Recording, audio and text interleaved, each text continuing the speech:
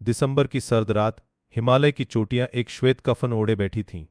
Major Ratan Singh ने अपनी दूरबीन से अंधेरे को चीरने की कोशिश की, लेकिन सिर्फ बर्फीली खामोशी और सियाह परछाइयां ही दिख रही थीं। उनके चेहरे पर कई सालों की थकन और अनगिनत लड़ाइयों के निशान गहरे बैठे थे। हर सांस के साथ उनके होंठों से भाप का एक छोटा सा बादल निकलता, जैसे आत्मा का अंश बाहर आ रहा हो। पास ही युवा सिपाही कबीर, जिसने अभी अभी अपनी सेवा के 2 साल पूरे किए थे, एक पुरानी कंबल में लिपटा हुआ था। उसकी आंखें चमक रही थीं, जिनमें पहाड़ों की भव्यता और युद्ध की कल्पना का मेल था। सर, क्या आपको लगता है कि वे आज रात आएंगे? कबीर की आवाज में उत्सुकता और थोड़ी बेचैनी थी। रतन सिंह ने अपनी दूरबीन नीचे की। कबीर, सरहद की खामोशी कभी भरोसेमंद नहीं होती। ये पहाड़ों की अपनी जुबान होती है, जो कभी कभी मौत की कहानी कहती है। उस रात बर्फबारी तेज हो गई। हवा में एक अजीब सी सिहरन थी, जैसे कोई अदृश्य खतरा मंडरा रहा हो। सुबह के धुंधलके में एक संदेश आया, आगे की चौकी पर संदिग्ध गतिविधि। रतन सिंह का दिल एक पल को ठहरा, फिर एक पुरानी जानी पहचानी धुन पर धड़कने लगा। तैयार हो जाओ लड़कों, हम एक छोटी सी टीम लेकर निकलेंगे। कबीर, तुम मेरे साथ। उनकी आवाज में कड़ापन था, लेकिन आंखें कुछ और ही कह रही थीं। बर्फ में धंसते कदम, राइफलों की ठंडी धातु और सांसों की आवाज। जैसे जैसे वे आगे बढ़ते गए, खामोशी और गहरी होती गई, जो कानफोड़ू लगने लगी। एक संकरी पगडंडी पर चलते हुए रतन सिंह को अपने जीवन का एक पुराना पल याद आया। वह भी एक युवा सैनिक था, इसी तरह के किसी मिशन पर, जब उसने अपने सबसे अच्छे दोस्त विक्रम को खो दिया था। विक्रम की हंसी, उसका मजाकिया लहजा और उसकी आंखों में कभी न बुझने वाली उम्मीद। एक क्षण में सब खत्म हो गया था, एक गोली की आवाज के साथ। सर, कबीर की फुसफुसाहट ने उन्हें वर्तमान में वापस खींचा। आगे कुछ है। सामने एक छोटा बंकर था, आधा बर्फ में दबा हुआ।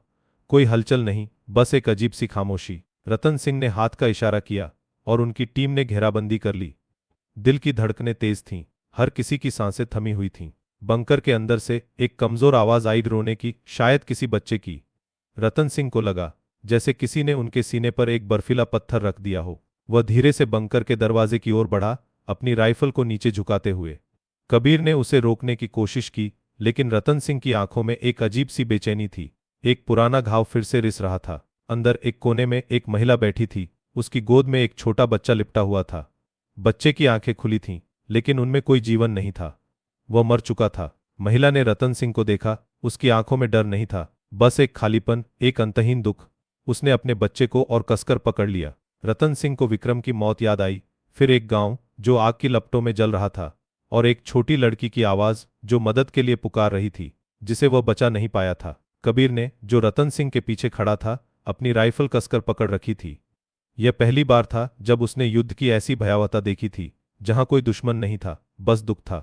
यह किसकी गलती है सर? कबीर ने फुसफुसाया, उसकी आवाज में बचपन की इनोसेंस टूट रही थी। हम या वे? रतन सिंह ने धीरे से उस महिला के पास घुटने टेके।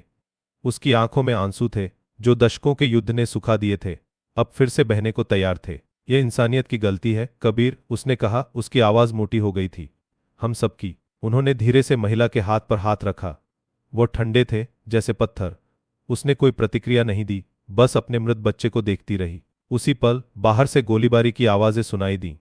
दुश्मनों ने उन्हें घेर लिया था। रतन सिंह का चेहरा तुरंत बदल गया। वह फिर से सैनिक बन गया। कबीर, टीम को पीछे हटाओ, मैं कवर देता हूं। कबीर ने अनिच्छा से सिर हिलाया। उसने एक आखिरी बार महिला की ओर देखा, उसकी आंखों में अब युद्ध का असली चेहरा था। रतन सिंह ने महिला के कंधे पर हाथ रखा। मैं लौटूंगा, उसने फुसफुसाया, एक वादा जो शायद वह जानता था कि पूरा नहीं होगा। वह बंकर के मुहाने पर पहुंचा, अपनी राइफल उठाई और जवाबी गोलीबारी शुरू कर दी। हर गोली के साथ उसके अंदर का कुछ टूट रहा था। गोलीबारी कई देर तक चली। कबीर और उसकी टीम सुरक्षित पीछे हट गए थे, लेकिन रतन सिंह अकेला रह गया था। अचानक एक धमाका हुआ। बंकर के ऊपर का हिस्सा ढह गया और खामोशी फिर से छा गई, इस बार एक डरावनी, अंतिम खामोशी। कबीर ने दूर से देखा, उसकी आंखों में आंसू थे, लेकिन आवाज नहीं थी।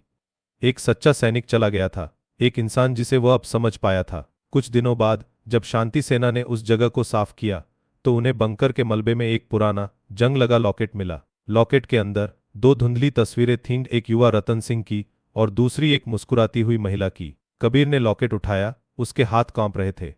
अब उसे रतन सिंह की खामोशी का मतलब समझ में आया था, उसकी आंखों में छिपे घावों का रहस्य। उसने लॉकेट को अपनी यूनिफॉर्म की जेब में रख लिया। सरहद पर युद्ध कभी खत्म नहीं होता, लेकिन कुछ कहानियां हमेशा जिंदा रहती हैं। जो इंसानियत के घावों और उसकी उम्मीदों को बताती हैं। कबीर के लिए रतन सिंह की याद अब सिर्फ एक सैनिक की नहीं, बल्कि एक ऐसे इंसान की थी जिसने अपनी अंतरात्मा के साथ एक भयानक युद्ध लड़ा था और शायद उसमें हार गया था या जीत गया था। फैसला करना मुश्किल था। घावों से परे यादें धुंधली हो सकती हैं, पर एहसास उनकी गूंज हमेशा बनी रहती है। यह सरहद की कहानी थी, एक धुंधली याद जो कभी मिटाई नहीं जा सकती थी। आपको यह कहानी कैसी लगी? हमें कमेंट्स में बताएं और चैनल को सब्सक्राइब करना न भूलें।